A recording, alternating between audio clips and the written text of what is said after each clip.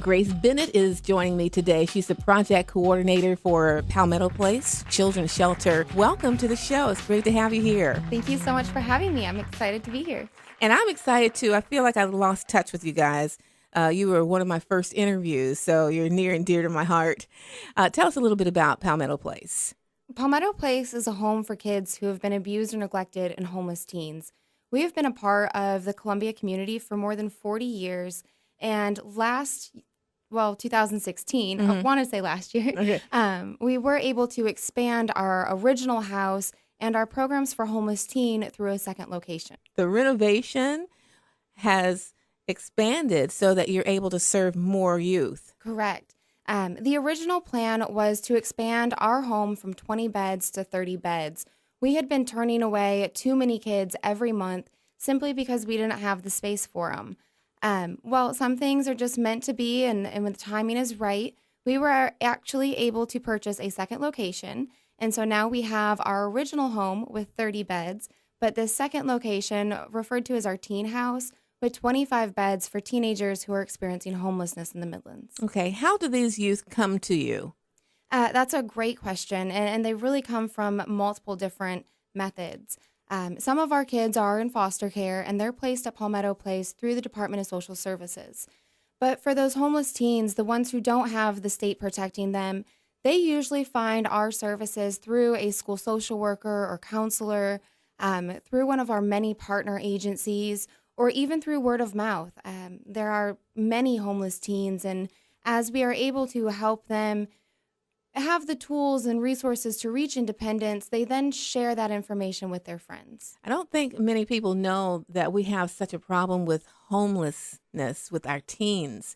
Talk a little bit about that. Right. Most of the time when I tell people that we've got 25 beds for teens, they ask, are there really that many teens in our community? The answer is there are so many more. In a report done in the 2015-2016 school year, there were 277 homeless teens just in Richland and Lexington County. Of those, we have been able to help about 30.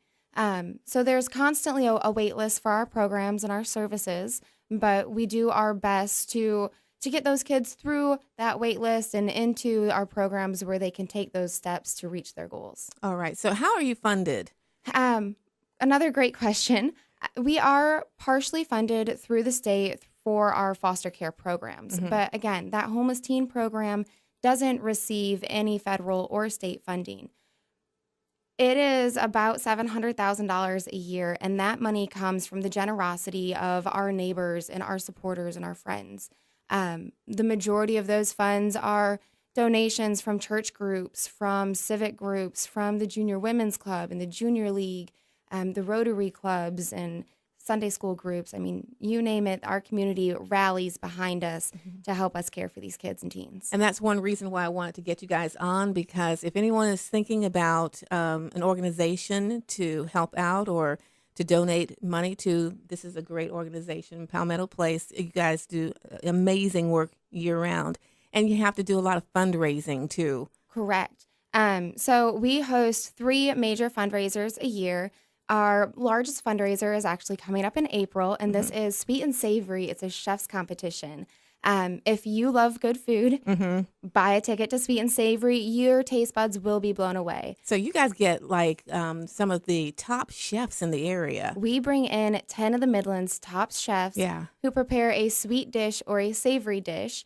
You come in as a guest, you get to sample everything, and then you vote for your favorite. And at the end of the night, we award our golden spatula to our winning chefs. Now, how does the voting go? Do you vote by donation or what? It's just a ballot that at the end, when you check in, you'll get a ballot, and at the end of the night or when you're done voting, submit your ballot and we count those. Oh, okay. So it's just the entry fee and then you vote as much as you like. Correct. Okay. So tickets are $50 for an individual or $80 per couple. They can be purchased online at our webpage or at the door the night of the event. And that gets you all of the delicious food, an open bar, access. We do a silent auction and a live auction. And then we've also got, small fun things to keep you busy throughout the night. Okay. There are some things that people can do to help the Sweet and Savory event coming up, like donations or sponsors? Absolutely. So I mentioned the auctions. Well, we are collecting one-of-a-kind auction items. If you make a jewelry, or if you work with wood, or if you've got a unique piece that can help us raise some funds, we would love to include it in our auction. The best way to get that item to us is to give our office a call, and that number can be found on our webpage. All right. And your website is what? PalmettoPlaceShelter.org. All right. Tickets are on sale now for Sweet and Savory. And you said they were $50 at the, well, actually, how much are they right now? Same price, Same buy price. in advance or at the door. Okay. $50 for an individual, or if you buy two, you get a deal, so it's 2 for $80. Okay, good deal. And so more information is on the website. And anything else you'd like to add, Grace? We always say it takes a village to raise a kid, and the kids at Palmetto Place are no exception. Well said. Grace, always a pleasure. Thank you for coming in. Do appreciate it. Thank you so much for having me.